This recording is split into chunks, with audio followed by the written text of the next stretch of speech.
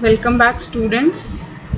So, in this session, we are going to learn about morale and few other topics, which are the second part of Unit 1. So, let us start. What is morale?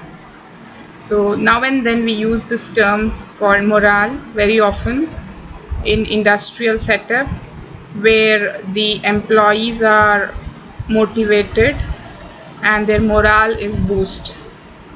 So what is morale? Morale in military situation is different. In various circumstances it is different. So in military situation it is nothing but to accomplish a assigned task. It is a kind of creation of self-confidence among the team members. So it also improves the attitude of an individual towards the work, and it helps in achieving the organizational objectives. So exactly, morale is an overall attitude of an individual or group towards all aspects of their work. Example, the company, the job, supervisors, fellow workers, or working conditions. Both personal and social features are involved in developing.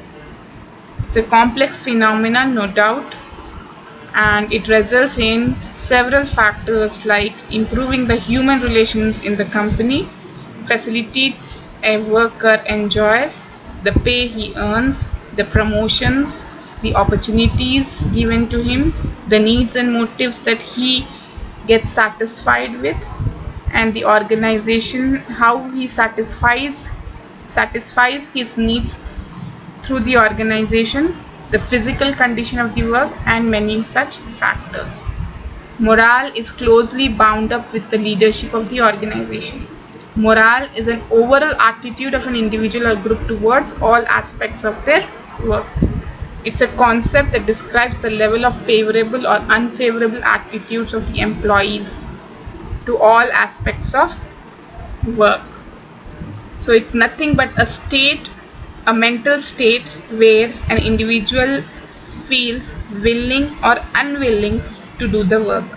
It's a barometer of the attitude that is shown by the individual or an employee towards the supervisors, towards the colleagues, towards the subordinates, towards the job, towards the organization, and towards the environment, that is the organization culture and climate. There are many definitions given by different people. Here, there is one definition by Yoder. Morale is a feeling somewhat related to esprit de corps, enthusiasm or zeal. For group of workers, morale, according to a popular usage of the word, refers to the overall tone, climate or atmosphere of work, perhaps vaguely sensed by the members. So it's just a kind of feeling of enthusiasm, encouragement to work. Okay, so this is what morale is all about. Morale is nothing but it's a mental condition that is carried by an individual towards the various factors surrounding him at the workplace. So morale is very important for employees to start the work or perform the work. Okay, going further, let us now discuss what factors affect morale. There are various factors which affect the morale of the employees, because when the morale of the employees is positive or is at a higher level, then the organization will perform better and resulting in a better output. So these are few objectives that actually affect employee morale. The first one is organization, then type of work, personal attributes, supervision and feedback, work-life balance. So first one is organization. While it may sound surprising, but organization is one of the biggest and the most important factor. An organization influences an employee's attitude towards his work. The goodwill or the reputation of an organization can certainly be built by the attitude, and that attitude is built through morale. The second one is type of work. The nature of work an employee is performing at his or her workplace also is greatly responsible to determine the morale. If the employee is expected to perform the same task day in and out, there is going to be boredom associated with it sooner or later. It can make situations worse for an employee. An organized organization structure also affects employees. If the employee feels that he or she is just a cog machine in a factory line instead of a real person, this also may affect their morale. The third one is personal attributes. Mental and physical health play an important role in determining employee morale. If the employee is not physically or mentally fit, this can be a potential obstacle or hurdle in their progress and learning at their workplace. There are also other important factors that concern their progress and in turn their morale: age, education, experience, occupation, reward, and similar factors. Then the fourth point is supervision and feedback. The level of supervision received by an employee is a tremendous factor that affects the morale. If the employees feel they have no direction or don't understand the organizational goals and commitments, then it is then the job of the supervisor and the leadership in the organization to get them on the same page. But there should not be too much interference too. If the employees are given the freedom to work, their morale will be very high. Then fifth one is work-life balance. Most organizations fail to recognize the importance of a healthy work-life balance. It is important that the employees have some activities to relax while they are at work. It's not just about the foosball culture or an inventory stuffed with food. It is important that proper guidance and counseling is given to the employees whenever it is needed. So therefore, these are the 5 factors which affect the employee morale. But to boost an employee morale, there are various ways. It depends on the organization type. It depends on the management. It depends on various factors how to boost employee morale. Employee morale is determined by how employees view their work environment and their overall level of satisfaction in their workplace. Employee morale has a direct effect on employee retention. A disinterested or dissatisfied employee will not stay in the organization, cannot rationalize the goals and progress. Therefore, few of the following are few of the best strategies to boost employee morale in the HR context. The first one is streamline work-based skills. It is important for the human resources to recruit and assign people based on their skill set. You cannot hire someone and expect him to carry out the works of somebody else. Allowing people to work based on their competency is a win-win situation for both the employees and employers. So talent management should be induced in the organization. If you cannot manage your employees and assign them tasks, then they cannot do the work. Therefore, make sure you invest the competent human resources team so the talent that is required performs well and stays happy with your organization for a longer time. The second strategy is train them well for professional development. Most organizations fail to understand the importance of training their staff, be it employee on board or any other formal training process. Employees should be well equipped to perform their tasks at work and achieve their goals. There should be a budget assigned at the start of every financial year that facilitates the training and development program. These training will help employees sharpen their skills, which will not only benefit them but also the organization. A well-organized and self-sufficient workforce is every organization's dream. So pay for these courses that ignite imagination and spark curiosity, build confidence, trust, and leads a high morale workforce. So training helps improve the professionals at your workplace. The third one is recognize the reward employees. Employee recognition and reward keeps your workforce motivated. When, as a leader, you create an environment where good work is appreciated, employees feel empowered and take a personal interest in the task they are assigned to them. The purpose of employee recognition should be to reinforce what an organization wants an employee to do more. When an employee performs well, to make sure to applaud his or her hard work and achievements. This will bring confidence to them to align their personal goals with that of the organizational goals. So always try to reward and recognize the employees who are doing well. Then the fourth strategy is be open to feedback. Many organizations nowadays promote open door policy, or sometimes it is called open communication, where an employee is free to express what they feel to their superiors or their reporting authority.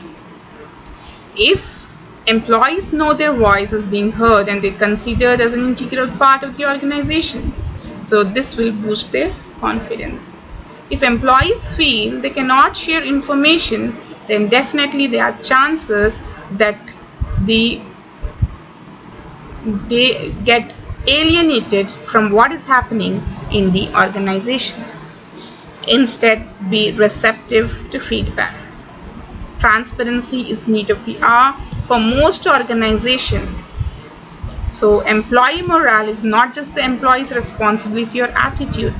It's a collective responsibility of the employees and the organization to provide a conducive working environment and a workplace culture that exudes positivity and goodwill.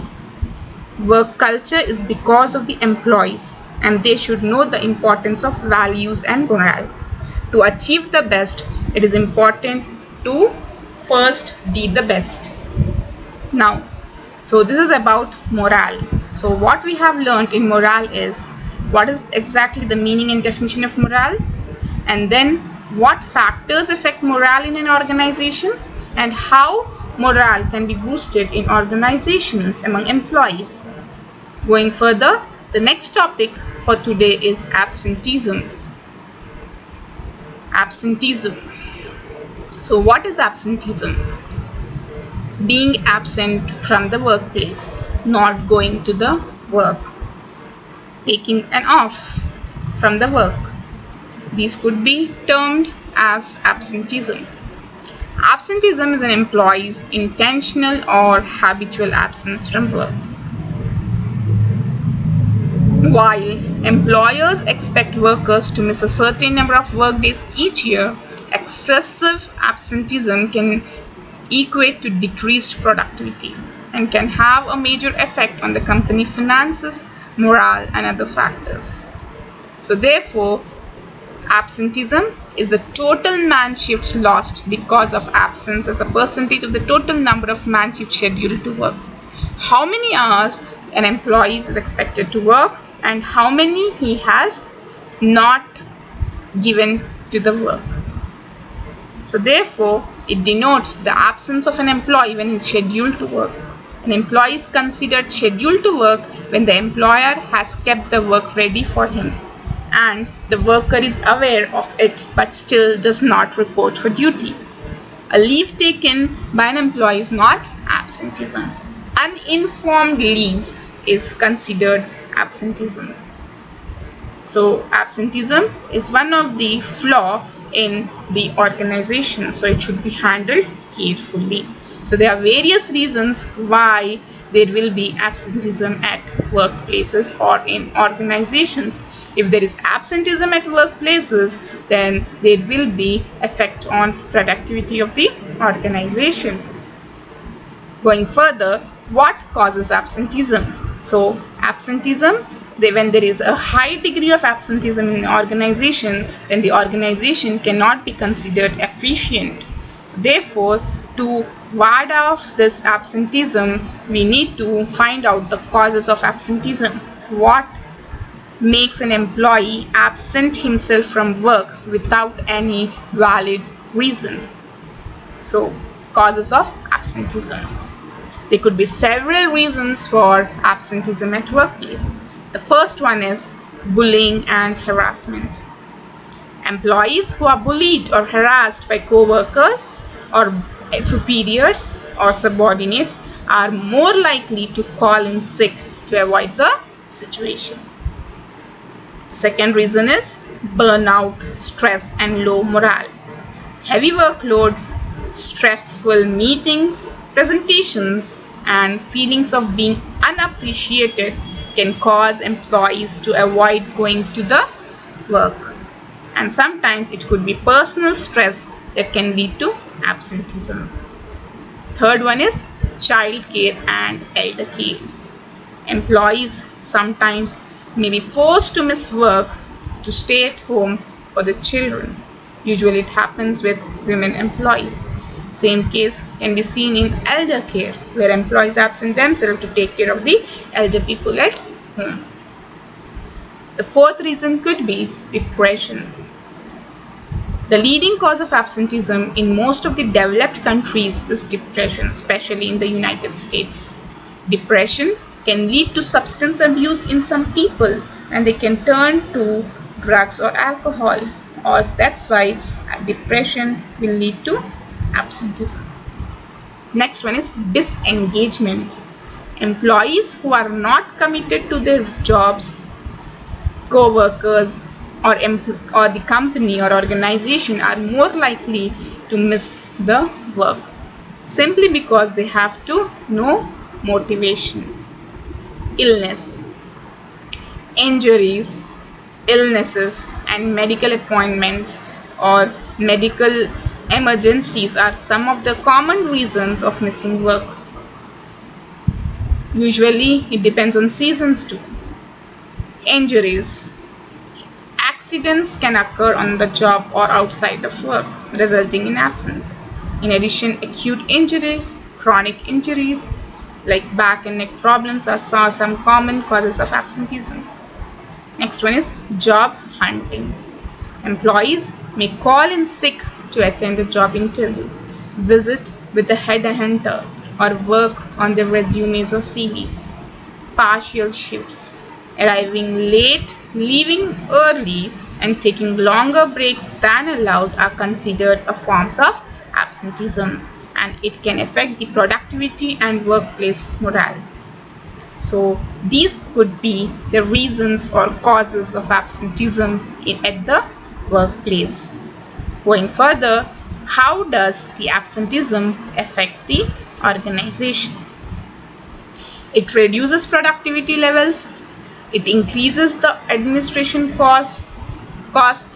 It increases the labor cost. It understaffs, and it could lead to low customer service, poor morale among colleagues.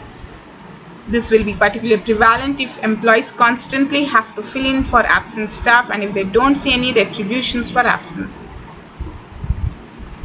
Loss of pay. See, these are few things which will happen in organization, but on the right side you can see that these are the things which will happen for the employees. They may lose pay, they may get pay cuts, their productivity will be reduced. Absenteeism cannot be explained all the time. Sometimes they might be dismissed from the work. So therefore absenteeism is costly for the entire workforce, and also it is costly for the employee. So we should be knowing what causes absenteeism, how to reduce it.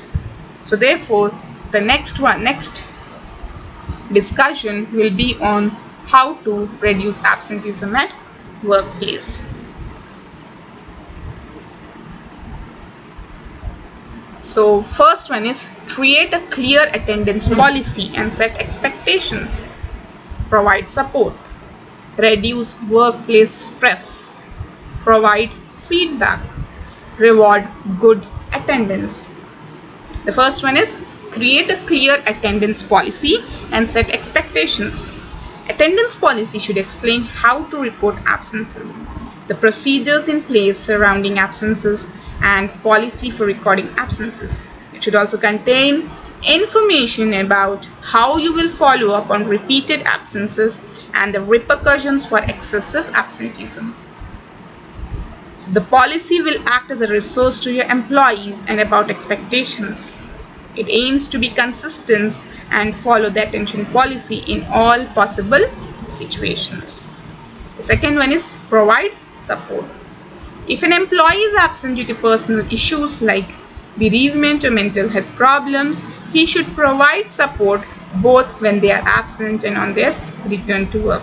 Support will likely make them feel happier to return to work earlier and prevent repeated absenteeism. One could also consider offering employees time off or flexible working time. This will ensure people feel like a good work-life balance, and it says that organizations value their needs. The third one is reduce workplace stress. Always trying to rectify factors at work that may cause stress for the employees. It should also implement programs that encourage employees' health and well-being.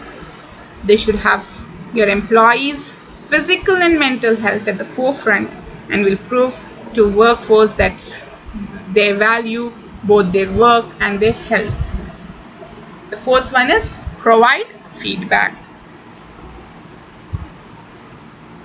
Employees should be provided frequent and effective feedback, especially when they have done something well.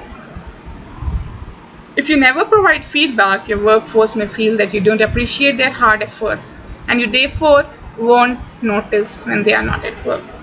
So always try to give feedback for the work given by the employees. And the last one is reward good attendance.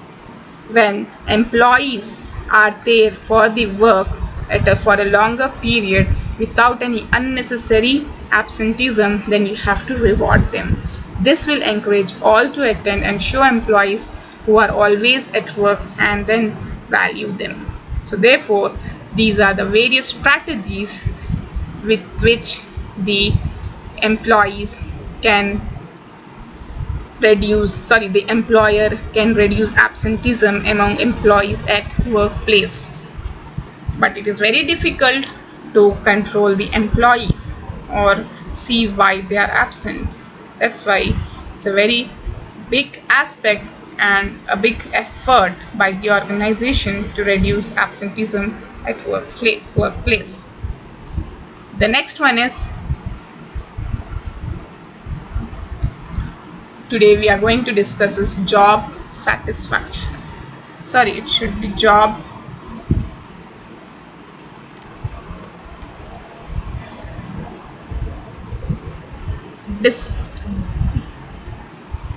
dissatisfaction. Job dissatisfaction refers to unhappy or negative feelings about work or work environment. There are many factors which result in job dissatisfaction. Few of the factors are when the working conditions are poor, when there is overwork, when there is low levels of pay, when there is no scope for promotion or career advancement, when there is lack of recognition. But what is worse are the consequences of job dissatisfaction, which will affect both the employees and the organization. Sometimes it may result in loss of motivation, lack of interest, frustration, lower productivity, absenteeism, and even higher labor turnover rates. So therefore, job dissatisfaction is very negative factor that describes an organization. Going further, let us understand what causes job dissatisfaction.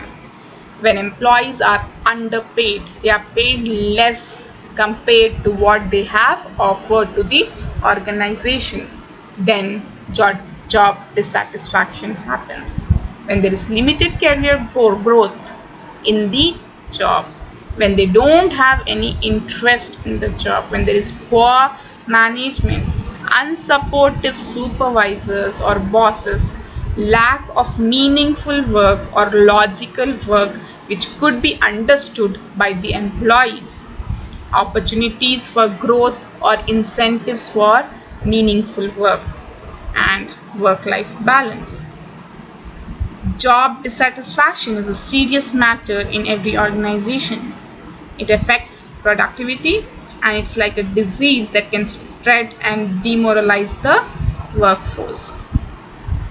However, it should not be a major problem as most of the causes of dissatisfaction can be corrected. Finding a solution to employees' displeasure can remedy this issue and move towards productivity, which can be attained in a conducive place to work.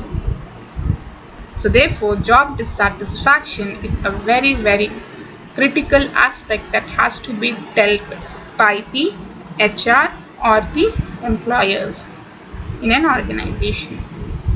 Now, let us go ahead and understand how can we manage job dissatisfaction.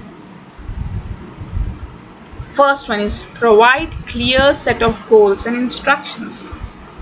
Make sure to set clear goals and instructions to your employees. Provide them with clear instructions that creates confidence in their performance of duties. Always make yourself available for any clarifications and instructions to be discussed. Second one is give the employees variety of work. Don't give them repetitive work. Don't give them monotonous work. That will lead to lower productivity. Always give them challenging tasks, different type of tasks where they can learn something and avoid boredom or monotony. Next one is constant communication with your subordinates. The employer should have a constant communication with the employees. Open communication line with your employees shows that their opinions or skills matter and that they are considered valuable part of the team. This also avoids any issues that may arise because of miscommunication. Then next one is maintain no favoritism policy. Treat everyone fairly. Favoritism will only create low morale to their employees. Feelings of nepotism in staff can create an idea that their hard work is insignificant and only the favored employee gets recognition, leading to employees who don't feel valued, putting in a little effort in their work. Next one is give your employees recognition. Show the employees that their hard work is fairly recognized and duly appreciated. Praise them for their good performance and let them know that good work doesn't go unnoticed. Establish a system in which rewards are given to them. This can be in the form of monetary compensation, such as raises or bonuses, or other rewards, such as company events and group outings. In the end, the keys of preventing the job dissatisfaction is to train them well, treat them well, and reward them well. So therefore, this job dissatisfaction can be reduced at workplace. Job dissatisfaction will lead to frustration. So what is frustration? An employee can find themselves frustrated at work by either a particular situation or another individual, but they shouldn't be allowed to cause them unhappiness or dissatisfaction. So frustration is something where the employee is not satisfied. Then he shows an attitude of or behavior of frustration. How to cope frustration at workplace? Frustration can be coped by various strategies. Always talk about your problems. The employees should be encouraged to discuss about the problems faced by them in the day-to-day operations of the business. Sometimes the problems could be related to the supervisor, or sometimes related to work, or sometimes related to working conditions. So, an open channel should be created so that the employees can discuss about their problems with the organization. Then, next one is taking proactive steps.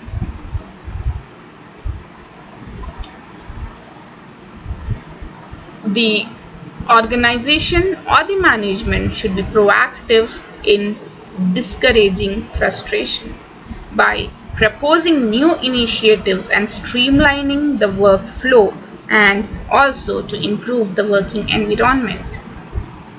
Third one is balance work and life.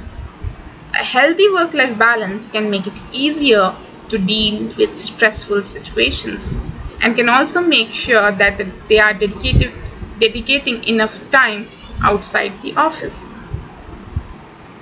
Set yourself rules. The employees should set rules for them. Regularly working late, skipping lunch, or working less, these are also causes stress. So set strict guidelines or rules or regulations about the working hours. Then trying fitness exercises can also improve the well-being and reduces stress, which eventually reduces job dissatisfaction. Trying a few stress relieving exercises and techniques can keep frustrations at the minimum. Next one is suggesting a breakout area. The idea of breakout area and use it to take a break during periods of high frustration or stress. Then also work. Engaging with colleagues outside work. Enjoying a healthy social life with your work colleagues can make it easier to approach them about causes of frustration in the office. So engage with work events wherever possible. Host regular reviews. Sitting with your team, your supervisor, your boss, and co-workers and conducting regular reviews of your work can actually improve your satisfaction levels and decrease the cause of frustration. So therefore, these are few strategies that are being implemented commonly in organizations to cope with frustration among employees at workplace. So with this, we finish our today's session uh, on frustration. So today we have discussed few things. Let us recapitulate. So we discussed morale, the meaning and definition of morale, factors that affect morale, how, what are the strategies that actually boost the employee morale. Then we discussed about absenteeism, what causes absenteeism, what is the definition and meaning of absenteeism, why absenteeism happens among employees, what and how will it affect the organization and employees, and what are the strategies to reduce absenteeism at workplace. Next topic we discussed is job dissatisfaction, the meaning, causes, and the result of dissatisfaction. How to manage dissatisfaction, what are the strategies commonly used, and frustration, which is a part of job dissatisfaction, also was discussed today. And also we ended the discussion with these strategies to cope frustration at work. So with this, I conclude today's session on in say part 2 of industrial psychology.